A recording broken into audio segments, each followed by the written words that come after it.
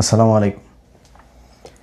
আমরা বাংলাদেশের মানুষ বীরের জাতি, এটা তো আমরা ছোটোবেলা থেকে খাতা বই পুস্তকে পড়ে আসছি। তো বীরের জাতি খাতা কলমে শোনায় বাস্তবে আমাদেরকে কুত্তার ছানা বানায় রাখছে সারা দুনিয়াতে। আজকে সকালে আপনাদের রাতে, বাংলাদেশ সময় রাতে, আমি এটা যখন রেকর্ড করছি তখন আমার এখানে আবার আপনাদের সকাল, আপনারা এটা দেখবেন আপনাদের আবার রাতে। যাই হোক, তো আপনাদের রাতে, বাংলাদেশ সময় রাতে আমার এলাকার এক ছেলে ফোন করলো। সে আপনার যাবে হইলো গিয়া ওমানে। তো ওমানে যাবে, তার কী যেন, তো আমি বুঝিও না, কি ভিসা মিসার মেয়াদ টেয়াদ এগুলো আছে, কিছু ব্যাপার তার যাইতেই হবে, না গেলে আবার তার সে ওইখানে আর সে ঢুকতে পারবে না, অনেক বিদিক ইচ্ছা আর কি। তো এখন সে ফোন করছে মূলত আমারে কিছু টাকা পাঠানোর জন্য। খুব খারাপ অবস্থা। এটা মানে খুব লজ্জার বিষয় না। বিষয় হলো যে আমাদের দেশের যে মানুষগুলো মধ্যপ্রাচ্যে বিশেষ করে থাকে, সৌদি, দুবাই, কাতার, ওমান, বাহরাইন, তারপরে কুয়েত, এরপরে এইদিকে থাকে মালয়েশিয়া, সিঙ্গাপুর, এইসব দেশের যারা থাকে তারা ধরেন আমাদের মহাজনরা, আমাদের রাজ পরিবারের লোকজন যারা এক একজনের যারা ক্ষমতায় আসেন, তারা একটা ব্যবস্থা করে রাখছেন। ওখানে যাবা, গিয়া খালি টাকা পয়সা পাঠাবা, তোমার টাকা আমরা বসে বসা, এরপরে এটারই আবার পাঠাবো আমরা বিভিন্ন দেশে। তো ওনারা এই মধ্যপ্রাচ্যের যে মানুষগুলো, এই মানুষগুলোর ধরেন কেউ 5 বছর, 10 বছর, 15 বছর বিদেশে থাকে। আমি নিজের চোখেই দেখেছি অনেক মানুষ এরকম। সেই ছোটোবেলায় দেখতাম যে যেত, তারপরে অনেক দিন, 5 বছর, 6 বছর পরে, 10 বছর পরেও দেশে এসেছে। মানে চেহারাই চেঞ্জ হয়ে গিয়েছে পুরো। ধরেন একদম ইয়াং বয়সে গিয়েছে, তারপরে মানে আমাদের মতো এরকম আধা পাকা দাড়ি, এর চেয়ে আরও বয়স্ক হয়ে তারপরে দেশে ফিরেছে, এরকম দেখেছি। এখন এই মানুষগুলো কিন্তু এই এত কষ্ট করে তারপরে দেশে আসে না, দেশ থেকে আবার যখন যাওয়ার যখন সময় হয়, তখন তার পকেটে কোনো টাকাই থাকে না। আমার এক খুব ক্লোজ ফ্রেন্ড আছে, ওর নাম হচ্ছে, নামটা না বলি, ও প্রথমে আয়সা তারপরে মনে করেন যে গোল্ডিপ খাইতো। তো গ্রামে তো গোল্ডিপ সিগারেট অত পাওয়া যেত না, আবার বাজার থেকে তারপরে গোল্ডিপ আইনা তারপরে খাইতো। এরপরে খাওয়া শুরু করলো নেভি, তারপরে আরেকটা কি যেন 50 পয়সার একটা কি সিগারেট, রেড না কি যেন একটা সিগারেট ছিল। এরপরে বিড়িও মানুষের কাছে চায়া খাইতো 2-3 দিন পরে, বুঝছেন। মানে 2-3 মাস যে সে দেশে থাকতো, প্রথম 15 দিন তার একটু ভাবসাব নিয়ে তারপরে চলতো, এরপরে মানে থাকতো না কিছুই। এবং এই যে কদিন সে সিগারেট খাইতো না, পাশে যায় লোকজন বসে থাকে, দেয় একটা সিগারেট দিয়ে কিরে, হ্যাঁ, এরপর ওর পকেটে যখন আবার নাই, তখন কিন্তু কেউ খোঁজ নেয় না। এটাই আমাদের এই নিম্ন আয়ের যারা বিভিন্ন লেবার ভিসাগুলোতে যারা বাইরে আসেন, এই লেবার ভিসার মানুষগুলোর সবার পরিণতি প্রায় একই রকম। কেউ খুবই কদাচিৎ কিছু মানুষ আছে খুব ভালো ভিসায়, সেখানে গিয়ে খুব ভালো একজন মালিকের আন্ডারে কাজ পেয়েছে, সেটাতে ভালো টাকা পয়সা কামায়, এগুলোর রেয়ার কেস। এখন এই মানুষগুলোর আপনি সেইখানে যায়, আসার সময় তার পকেটে টাকা নেই, সে যাওয়ার সময় এই যে এই মুহূর্তে এখন মধ্যপ্রাচ্যে যেই যুদ্ধটা চলছে, মধ্যপ্রাচ্যে আমাদের দেশের সবচেয়ে বেশি মানুষ থাকে, এটা তো আমাদের দেশের সরকার, আমাদের মন্ত্রণালয়, কেউ না জানে না এরকম তো না, সবাই জানে যে এইটা আমাদের সবচেয়ে বড় খাত। এবং প্রতিদিনই টিভি পত্রিকাতেও দেখছি সেই জিনিসগুলো, যে তাদের কেউ জানে না জেনে বিমানবন্দরে এসে বসে আছে, বিমানবন্দর থেকে তারপরে একদিন রেখে তারপরে বলছে যে কয়েক ঘন্টা বসে রেখে না, তোমার বাতিল। এরপরে আবার তারা টানায় দেওয়া শুরু করলো। এখন ভাই, প্রথম কথা হচ্ছে যেটা, সেটা হচ্ছে আমি একটা বীরের জাতি, এরকম এক বালের বীরের জাতির একমাত্র জাতি আমরা। এই মধ্যপ্রাচ্যের বিশাল যুদ্ধটার মাঝখানে সব দেশ তার দেশের নাগরিকদেরকে বলছে কি, খুব দ্রুত আমার ওই দেশ ছাড়ো। যেমন যুক্তরাষ্ট্র সব শেষ যেটা বলেছে যে তার 13টা না 14টা দেশ থেকে তার সব নাগরিকদেরকে সে নিয়ে আসার ব্যবস্থা করেছে, সব চলে আসতে বলা হয়েছে। যারা ওইখানকার নাগরিক, এরকম আমি দুবাইয়ের ইয়েতে দেখলাম, এখানে অনেক মানুষ আছে ওদের দেশের নাগরিক, ওরা নিজস্ব বিমানে করে চলে যাচ্ছে অন্যান্য দেশে। আপনি মিসাইলগুলো দেখেন, নিউজে পত্রিকায় যে নিউজগুলো আপনি দেখবেন, সেখানে দেখবেন মনে হয় যেন ওটা বাংলাদেশ। আমি বাংলাদেশের মিডিয়া না, খালি অন্য মিডিয়াতেও ওই মিসাইলের ওইখানে সেই সাউন্ড শুনছি, বাংলাদেশের মানুষ, মানে বাংলাদেশের মানুষের জীবনের কত মানে মূল্য কত কম চিন্তা করেন। সেখানে যেখানে মিসাইল পড়ছে ওইখানে বাঙালি দৌড়াচ্ছে, কথা বলছে, ফান করছে। আমাদের দেশের মানুষ ওইখানে পড়ে আছে এবং এখনও যাচ্ছে। আচ্ছা, আমার দেশের মানে যারা সরকার, মানে আমি ধরেন তারেক রহমান তো অল্প কয়েকদিন হলো ক্ষমতায়, আমি ওনাকে দোষ দিচ্ছি না, মানে এটা তো ইটস বিন 54 ইয়ার্স, আমি তো একদিন আর 2 দিনের ব্যাপার না। তো 54 ইয়ার্সে আপনি এই একটা কিছু বের করা সম্ভব হয় নাই। আমাদের একজন প্রতিমন্ত্রী, হ্যাঁ, বিকাশ নুরু এসে তারপরে ঘোষণা দিয়েছে, বিশাল এক ঘোষণা, ওরে নোবেল প্রাইজ দেওয়া হবে সামনের বার। ও ঘোষণা দিছে এখন থেকে প্রবাসীরা মারা গেলে ফ্রি পয়সায় তারপরে নিয়ে আসা হবে। বেটা, তোর মতো বিকাশের টাকা চাঁদা তোর প্যাডে লাথি দিলে এখনও আমার বিকাশের টাকা বের হবে।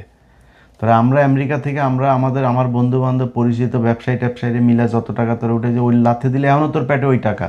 ফকিন্নির বাচ্চা, তুই এখানে আসছিস লাশ তারপরে নিয়ে যাইতে।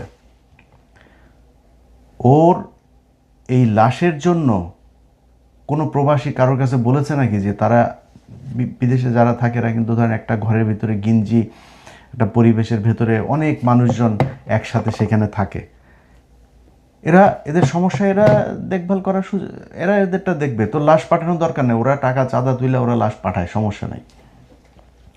ও জীবিত থাকা অবস্থায় ওরে কি করতে পারবে সেটা বল। কিচ্ছু করবে না।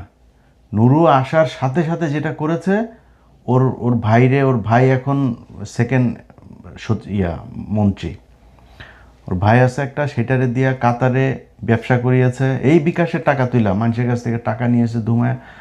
তার আরে গত 1.5 বছরে তো কামাইছে, সে ধুমায় কামাইছে। দুবাইতে তার গাড়ির ব্যবসা আছে, কাতারে ব্যবসা আছে। এখন তার ভাই দেশে, এখন সে পায়তারা করছে হইলো ম্যান পাওয়ারের ব্যবসার একটা লাইসেন্স নেওয়ার জন্য। ওর এই মন্ত্রণালয়ের যে কদিন আছে সেই কদিন ওর মূল টার্গেটই থাকবে ও নিজের কত টাকা পয়সা কেমন দ্রুত কামাইতে হবে। কারণ ওরা তো যে কোনো সময় সেটা লাথি দিয়ে বার করে দিলে তো ওর আসতে পারবে না। ওর জীবনে যে এই জায়গায় আসছে, মন্ত্রী বানাইছে, এটা তো ধরেন একটা বিশেষ মুহূর্তে বিএনপির কিছু করার ছিল না, বিএনপির এদেরকে নিতে হবে। ওদিকে জামাতে এনসিপি চলে গিয়েছে, ইসলামী শাসনতন্ত্র চলে গিয়েছে, তারপর আরও প্রায় 11টা দল, বিএনপির নেওয়া লাগবে, চুক্তিবদ্ধ হয়ে তারপরে করছে। ও কিন্তু নির্বাচনও জিতে নাই, ওখানে হাসান আল মামুন নির্বাচনে জিতেছে। সে হাসান আল মামুনকে সরায় তারপর ওরে দেওয়া হয়েছে। এটা হাসান আল মামুনকে আমার কথা বিশ্বাস করার দরকার নেই, হাসান আল মামুনকে জিজ্ঞেস করেন, সে সব কিছু জানে। তাকে উপর থেকে বলে দেওয়া হয়েছে যে এটা ওরে দিতে হবে, না দিলে সমস্যা আছে। সে জিতে নাই।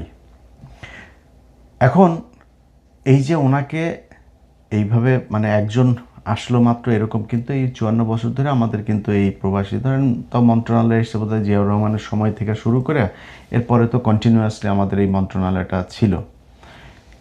এই মন্ত্রণালয়ের থেকে এই যে মানুষগুলো যেতে পারছে না বিমানবন্দরে, বা যে কজন মানুষ আমার বিদেশ থেকে আসে তাদের একটা তালিকা থাকা উচিত না? আপনার একটা মন্ত্রণালয়, বিশাল মন্ত্রণালয়ের কাজ কি আপনার? ওরা টেনশনে বাঁচে না, ওই দেশে আর ঢুকতে দেবে না, ভিসার মেয়াদ শেষ হয়ে যাবে। আরে বেটা, এটা ওর কাজ না, এটা সরকারের কাজ। মন্ত্রণালয়টা করা হয়েছে এই জন্য, এই প্রবাসীদের সুযোগ সুবিধা দেখার জন্য। এরা ওইখান থেকে যাবে কি না যাবে, কবে যাবে, মন্ত্রণালয় ওই দেশের মন্ত্রণালয়ের সাথে কথা বলবে যে আমার দেশে তোমার শ্রমিক এই কজন আছে, তোমার দেশে এখন যাইতে পারবে না। যেমন বিভিন্ন দেশ 1 মাস করে ভিসার মেয়াদ বাড়িয়ে দিয়েছে। তো এখন এটা কেন করা হয়নি? তারা দেশে যখন ঢুকার সাথে সাথে আমার তালিকা থাকতে হবে কোন দেশ থেকে কতজন আসলো, তার কবে ভিসার যাবে, কবে তারে কন্টিনিউয়াসলি তার একটা নাম্বার রাখতে হবে। ওই নাম্বারে তারে কন্টিনিউয়াসলি মেসেজ পাঠাইতে হবে, যে তোমার রিমাইন্ডার দিতে হবে যে তোমার এই তারিখে ভিসার মেয়াদ শেষ, তুমি বিমানের টিকিট কাটো, কবে যাবা। ভাই ওর সব ফ্যাসিলিটিস যা দরকার, এই একমাত্র এই মধ্যপ্রাচ্যের এই মানুষগুলোই দেশটা টিকিয়ে, একদম এর বাইরে বাংলাদেশের কিচ্ছু নাই, একদম কিচ্ছু নাই। এই বাংলাদেশটা কলাপস করবে যদি নাকি মধ্যপ্রাচ্যের মানুষরা যদি সব মানে আমরা তো আর বলতে পারবো না যাবো না, না যায় তো উপায় নেই, তাই মানুষ যায়। মধ্যপ্রাচ্যের সরকারগুলো যদি বলে আমরা বাংলাদেশের মানুষ আনবো না, না খায় মারা যাবে, এই দেশটা জাস্ট পরের দিন শ্রীলঙ্কা হয়ে যাবে।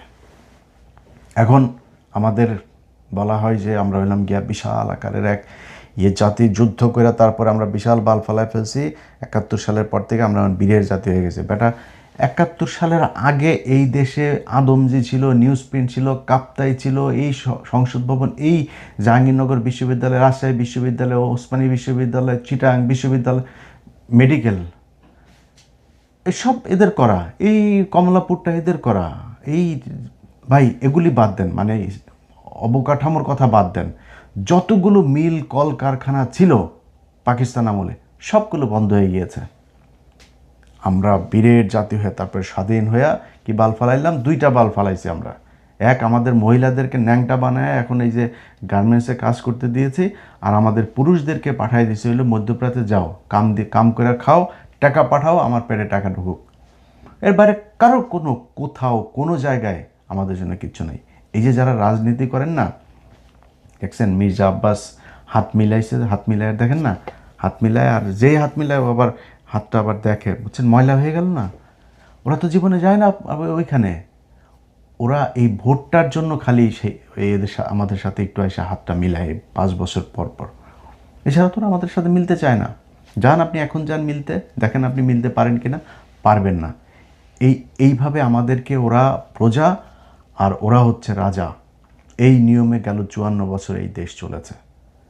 এখন আপনারা যদি বলা হয় যে ভাই করণীয় কি, করণীয় আপনার হাতে, আপনাকে করতে হবে। আপনাকে এমন মানে শাসন ব্যবস্থার সাথে যারা আছে, যারা আপনাকে ওই চাকরের মতো ব্যবহার করবে, আর আপনি ব্যবহৃত হবেন হয়ে তারপরে তারে রাজা বানাবেন, রাজা বানাই দিয়ে তারপরে আপনি ফকিনের মতো পিছিয়ে পিছিয়ে চামচামি করবেন, এটা যদি আপনি মাইন্ড সেট আপ করে রাখেন, আপনি সারা জীবন এটাই করতে হবে। এখানে আমার তো ধরেন আমার তো প্রচুর মানে বিএনপির লোকজনের সাথে আমার বিশাল খাতির। আমি এখানের এই নিউ ইয়র্কে আমার যত মানুষ আছে বেশিরভাগই বিএনপির লোকজন, জামাতের লোকজন। তো জামাত তো এখানে নামে ওইভাবে সংগঠন নাই, তো বিএনপির সংগঠনটাই আছে, যে কারণে অনেক কিছু ওনার সাথে খুব কথা হয়। এদিন আমরা এক বাসায় গিয়েছিলাম, তো আমার সাথে ব্যাপক তর্ক, বুঝছেন, সে আমার সব বুঝাইতেছে। আমাদের বাঙালির সমস্যা হলো যে কারণ আমি যতটুকু জানি, ধর আমি যখন একজন আমার চাইতে বেশি জানা মানুষের সাথে কথা বলি না, তখন আমি একদম মানে মানে বলদের মতো বসে থাকি, আমি শুনি, ওনার কাছ থেকে শিখি। কিন্তু আমাদের দেশের মানুষের স্বভাব হইল জানুক আর না জানুক, ওরে ও সব জানে, এটা বুঝাইতে হবে। ও যে জানে না এইটাও জানে না। তো আমার সাথে বিশাল তর্ক, হে মানে বিএনপি এসেছে, বিএনপি কি, মানে নানান ধরনের কথাবার্তার মানে বিশাল একজন ইতিহাসবিদ। তো তারা আমি মানে অনেকক্ষণ চুপ করে থেকে দু একটা কথা জবাব দিচ্ছিলাম, দিয়ে তারপর অনেকক্ষণ পরে চুপ থেকে আমি তারে বললাম যে ভাই আপনি বিএনপির কি? ও আমি বিএনপির কিছু না, আমি বিএনপির কিছু না, এখানকার একটা আছে, সংগঠনের সাথে আছে, যুবদলের সাথে। তো যুবদলের সাথে আছে, এখন কিছু কোনো পদ নেই, আগে তার একটা পদ ছিল। তো আমি তারে বললাম যে আপনি কি যেন সাধারণ সম্পাদক না কি এক পদ ছিল আর কি যুবদলের, যুক্তরাষ্ট্র যুবদলের। তো যাই হোক, সে ব্যক্তিকে আমি জিজ্ঞেস করলাম যে ভাই আপনি যে এই যে এতক্ষণ যে আপনি আমার সাথে এগুলো নিয়ে কথাবার্তা বললেন, তর্ক টর্কগুলো, অনেক কিছুই আপনার কাছ থেকে শিখলাম, আমি একটা জিনিস একটু শিখতে চাই। সেটা হলো জিয়াউর রহমান বিএম এর কত লং কোর্সের কততম লং কোর্সের অফিসার ছিল। তো বিএম এটা কি, ও তখন জবাবটা দিল কি শোনেন, জবাব দিল যে উনি চিটাং লং কোর্সে ছিল, লং কোর্সের, চিটাং লং কোর্সে। ধরেন আমি যে কথাগুলো বলতেছি না, একজন আর্মি অফিসার শুনলে কিন্তু হাসবে, বুঝছেন। আমি ওনারে জিজ্ঞেস করছি জিয়াউর রহমান বিএম এ তখন ছিল না, বিএম এর কত লং কোর্সের সেটা বলার পর সে বলছে চিটাগাং লং কোর্স। এখন এটা আপনাদের বুঝাইতে গেলে মানে আমার অনেক বুঝাইতে হবে, বিস্তর আলোচনায় যাইতে হবে। মানে আর্মির লোকজন হাসতেছে যে জিয়াউর রহমান চিটাগাং লং কোর্সের ছিল। তো আমি তারা বললাম আপনি এই যা বললেন এই কথাটা একটু রেকর্ড করেন, রেকর্ড করে এটা নিয়ে আপনার পরিচিত কোনো আর্মি অফিসার বা কারো কাছে যা একটু জিজ্ঞেস করবেন যে ভাই আমারে এই সাংবাদিক ইলিয়াস আমার এই কোশ্চেনটা করছিল, আমি দেওয়ার পরে আমারে সে এইটা বলছে। যান আপনি এবার। তো বুঝেন কত নলেজ, এই নলেজ নিয়ে তারা রাজনীতি করে। মানে যে যারে পছন্দ করে তারে ন্যাংটা হয়ে পছন্দ করতে হবে, তার ভালো যেটা ওইটাও ভালো, খারাপ যেটা ওইটাও খারাপ। আমরা কয়দিন আগে এই হ্যাঁ ভোট আর না ভোটের আরে ভাই এখন বড় বড় কথা বলেন যে হ্যাঁ ভোট না ভোট কিছু না, জুলাই এগুলো নিয়ে কিছু করা যাবে না, জুলাই এটা করলে সংবিধানের সমস্যা হয়ে যাবে। সংবিধান তোর বাপ বানাইছে। এই যে তোরা যে সরকারটা আছে, সেই যে নির্বাচন ইউনুস আসলো, এই ইউনুসের এই আশাটাই তো অবৈধ। 5 তারিখের পর থেকে তুই যদি নাকি সংবিধান মানতে চাস তাহলে 5 তারিখের 2024 সালের 5ই আগস্ট থেকে আজকে পর্যন্ত পুরো সময়টাই অবৈধ। এই সংবিধানের কিছুই মানা যাবে না। এটা এইভাবে যদি করা যায় তাহলে করবো। ওনারা একটু মানবে আর একটু মানবে, সেই সাকা চৌধুরীর মতো সোনাটা লাল করে দিয়ে ওনারা দেশ চালাইতে চায়। তো তারপরেও কয়দিন ধরে তারেক রহমানের কিছু কাজকর্ম ভালোই দেখছি। আশা করি তারেক রহমানরা এই জুলাই এইটা নিয়ে কোনো মানুষের সাথে কোনো বিট্রে করবে না, এটা আমাদের আশা। তো যে বিষয় নিয়ে কথা বলছিলাম ভাই, আমাদের দেশের আমরা যারা গরিব মানুষ আছি আমাদের সবার সমস্যা ভাই ওইটাই। আমরা হইলাম গিয়া প্রজা, ওরা হইল রাজা। এই যে ডক্টর ইউনুস ও তো ধরেন মানে আল্লাহ ওরা বাঁচায় রাখুক, সুস্থ রাখুক, কারোর এই খারাপ দোয়া না করি, কিন্তু তো মরার সময় চলে আসছে। মানে অ্যাভারেজ যদি হিসাব করি তো অলরেডি এক্সপায়ার হয়ে গেছে। তো এই যে উনি, আমরা মনে করেছিলাম ওনার টাকা আছে, খ্যাতি আছে, সম্মান আছে, সব আছে, আর কি লাগবে ওনার। উনি এসেও একটা ম্যান পাওয়ারের বিজনেসের একটা লাইসেন্স করে গেছে, জানেন আপনারা? এই ডক্টর ইউনুসও একটা ম্যান পাওয়ারের আর অনেক কিছু করছে, জানবেন এগুলো ভবিষ্যতে। এই কাজটা সে করে গেছে। এই নুরা আসছে, বিকাশ নুরা, সেও করে যাবে। ওনার যে এমপি আছে সেও করে যাবে, মানে মন্ত্রী, ফুল মন্ত্রী যিনি আছেন তিনিও হয়তো করে যাবেন। এইভাবেই চলবে। তো আমার এই এত আলোচনা করলাম, এই আলোচনার মধ্যে সবচাইতে মানে খারাপ লেগেছে যেই জিনিসটা মনে হওয়ার পরে, যে পৃথিবীর প্রতিটা মানুষকে এখন এই যুদ্ধক্ষেত্র থেকে তার দেশের সরকার নিয়ে যাচ্ছে। আর আমার দেশের মানুষ কেমনে পাঠাবে? সরকার খালি পাঠাইতে পারলেই বাঁচে। পাঠাবে, যাবি, টাকা কামাবি, পাঠাবি, আমি ওই টাকা বাইরে পাঠাবো। এটাই আমাদের দেশের সোনার বীরের জাতি। কারণ আমি আবার একটু বাজেভাবে বললে আপনাদের অনেকের খারাপ লাগে, যে কারণে বললাম না। এই বালের বীরের জাতি 71-এর পর থেকে করে পিছন দিয়ে বাস ঢুকায়া তোমাদের বীরের জাতি বানায় রাখছে। এত সুন্দর করে বলতে পারি না, তাই বলতে পারলাম না। যাই হোক, আশা করি এই দেশের মানুষ অন্তত তারা তাদের নিজের স্বার্থটা বুঝবে, কি করলে তাদের এই অধিকারগুলো তারা ফিরে পাবে, কারা তাদের অধিকার এগুলো ফেরত দেবে, সেটা নিয়ে যুদ্ধ করবে। সেটা নিয়ে তারা তাদের প্রতিটা দেশের আলাদা আলাদা সংগঠন থাকতে পারে, যে আমাদের এই সমস্যা একজন, আপনারা সবাই মিলে হোয়াটসঅ্যাপ গ্রুপ খুলবেন, আপনাদের ফেসবুক পেজ থাকবে, এক এক দেশের আলাদা আলাদা, ওই দেশের সবাই ওইখানে সবার সমস্যা ওইখানে জানাবেন। সমস্যা জানায় ওইখানে যদি না করে, একসাথে সরকারকে ওইখান থেকে নিয়মিত সংবাদ সম্মেলন করবেন। বাট ওই আওয়ামী লীগ বিএনপি দোচায়ও না, হ্যাঁ, আওয়ামী লীগ বিএনপি না দোচায়। তোমরা কামলা খাটতে গেছো, আমিও কামলা খাটি, এখানে কামলা খাটতে গেছো, কামলা খাটো, ওইখানে ওই জায়গাটায় এক থেকে একটা গ্রুপ খুলো, একটা অ্যাসোসিয়েশন খুলো, একটা সংগঠন খোলার পরে ওইখান থেকে নিয়মিত সংবাদ সম্মেলন হবে, সরকারকে বিভিন্ন দাবি দেওয়া হবে যে আমার দেশের মানুষের এই সমস্যা হচ্ছে, এই হচ্ছে। একটা হোয়াটসঅ্যাপের মেসেজের কয়েক লক্ষ মানুষ জেনে যাবে। সবাইরে নিয়ে এইভাবে গ্রুপ করে তারপরে সিটি ওয়াইজ আপনাদের গ্রুপ থাকতে পারে করে। সরকার যদি আপনাদের কথা না শোনে, রেমিটেন্স পাঠাবেন না, বলবেন এত মাস আমরা রেমিটেন্স পাঠাবো না। এই যে রিজার্ভ না, প্রতিদিন পত্রিকা খুললে দেখবেন রিজার্ভ 32 বিলিয়ন, আজকে 35 বিলিয়ন হয়ে গেল। তোর বাপের টাকা না, এটা এই কামলাদের টাকা।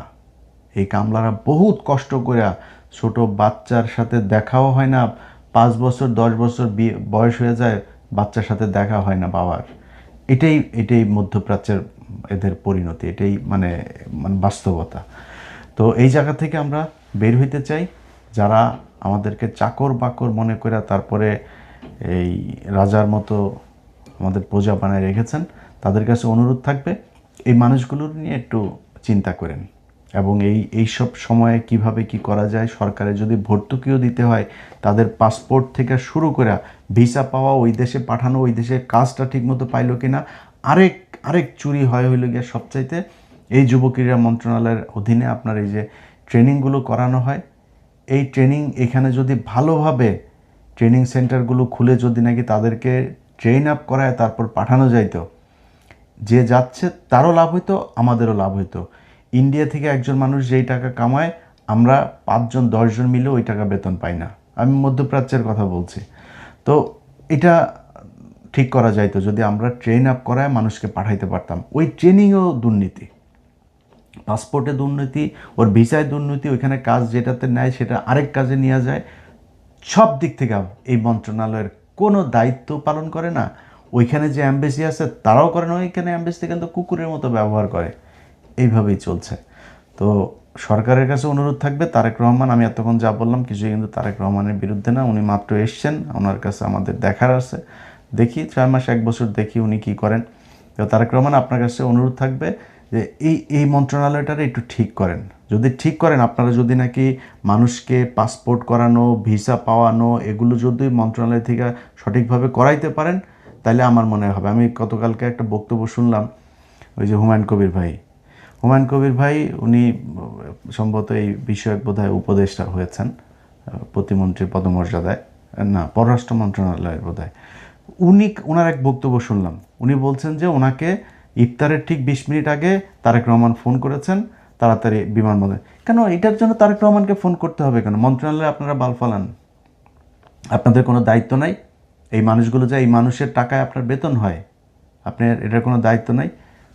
এটা পালন করে না তারা অফিসার, বিশাল বড় অফিসার। তো আপনাদের এই সংগঠনগুলো যদি ঠিক রাখেন, আমার মনে হয় এদেরকে এই চাপে রাখা যাবে।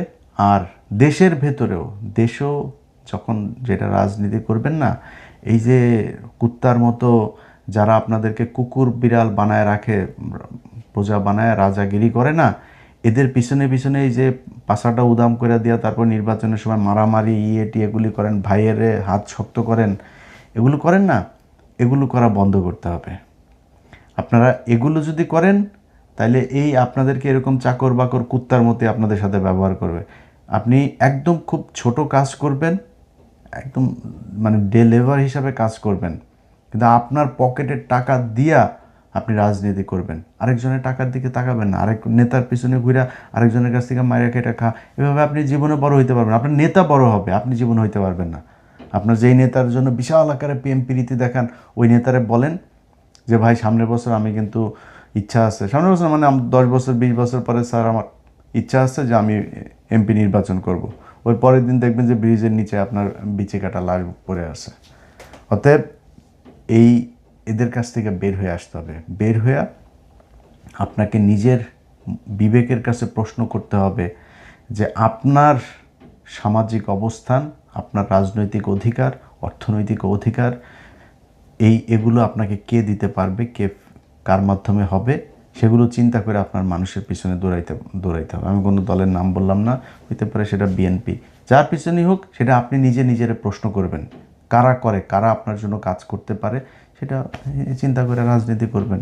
সব ক্ষেত্রে, একটা ক্ষেত্রে না, প্রতিটা জায়গায়। আপনি সেনাবাহিনীর ওইখানে যদি যান, সেনাবাহিনীর সৈনিকরা সারাদিন কষ্ট করে, সারা বছর তারা পিঠের উপর, তারা আমাদের সেনাবাহিনীর অফিসার দেন, সুধীর ভাইদের সব পেট মোটা হয়ে গেছে, সব শালাদের পেট মোটা, এদের মতো আপনার পুলিশের মতো অবস্থা হয়ে গেছে। পুলিশ তো মনে করেন যে ওরা চাকরি নেয়, ঘুষ খাবো এটা চিন্তা করেই ওরা চাকরিতে যায়। সব না, আবার যেগুলি থানা টানা বিভিন্ন জায়গায় থাকে, ওনাদের মোটামুটি সবারই চিন্তায় থাকে আমি ঘুষ খাবো, ঘুষ খেয়ে তারপরে চাকরিটা যখন যাবে, তারপরে হজ করে তবা করে তারপর ভালো হয়ে যাবো, এত সোজা। সেনাবাহিনীর সৈনিকরা কষ্ট করে, অফিসাররা, ওনারা দেখেন আজকে এই যে ইরানের সাথে যেই যুদ্ধ হচ্ছে, দেখেন ইরান কোথায় আর ইসরায়েল এদিকে আপনার এটা কি যুক্তরাষ্ট্র, এরা দেখেন কত শক্তিশালী, তারপরেও তারা কত বছর আগে থেকে তারা এই মিসাইল টিসাইল এগুলো বানায় রেখে তাতে তারা যুদ্ধ করে যাচ্ছে। মানে ভাই আমার দেশের আছে কি? আপনার যে শত্রু, প্রধান শত্রু ইন্ডিয়া, এই সেনাবাহিনীর ওইটা নিয়ে কোনো টেনশন আছে? ওনারা সিমেন্টের ব্যবসা করে, বাল্বের ব্যবসা করে, তারপরে সড়কের যা মিস্ত্রিগিরি করে, ওই যে ব্রিজ কালভার্ট এগুলো বানায়, ওনারা আটার ব্যবসা করে, এগুলো ব্যবসা করে। এটা কাজ রে তোর, তোর এটা কাজ। তুই দেশ কেমনে, আমার সামনে কি কি সমস্যা আছে, কি কি বিপদ আসতে পারে, ওই জন্য আমার কি মানুষকে ট্রেন আপ করতে হবে, আমার বাংকার বানাইতে হবে, কি করতে হবে, এগুলো নিয়ে চিন্তা করবি। কিচ্ছু নাই, না আমার অস্ত্র আছে, না মিসাইল আছে, না আমার এয়ার ডিফেন্স আছে, কিচ্ছু নাই। ওনারা আটার ব্যবসা, রডের ব্যবসা, সিমেন্টের ব্যবসা এগুলো করে। তো ওনাদের তো কোনো সমস্যা নেই, ওনারা তো খায়া পেট এরকম বানাচ্ছেন। হাসিনা ওদেরকে বলে দিয়ে গেছেন যে ভাত খেতে পারবে। আগে এদেরকে ভাত দিত একবেলা, হাসিনা 3 বেলা ভাতের ব্যবস্থা করে দেন। ভাত খাওয়ায় এই চুদির বাড়িতে সব পেট মোটা করে শালারা সব এখন ঘুষ খাইয়া পুলিশের মতো অবস্থা হয়ে গেছে। তো যাই হোক ভাই, আমাদের সবাইরই সব জায়গাতেই সমস্যার অভাব নাই। সেই সমস্যা থেকে আশা করি নতুন যে সরকার এসছে তারা একটা সমাধানের দিকে যাবে, আগের মতোই চলবে না, এটাই প্রত্যাশা। আল্লাহ হাফেজ।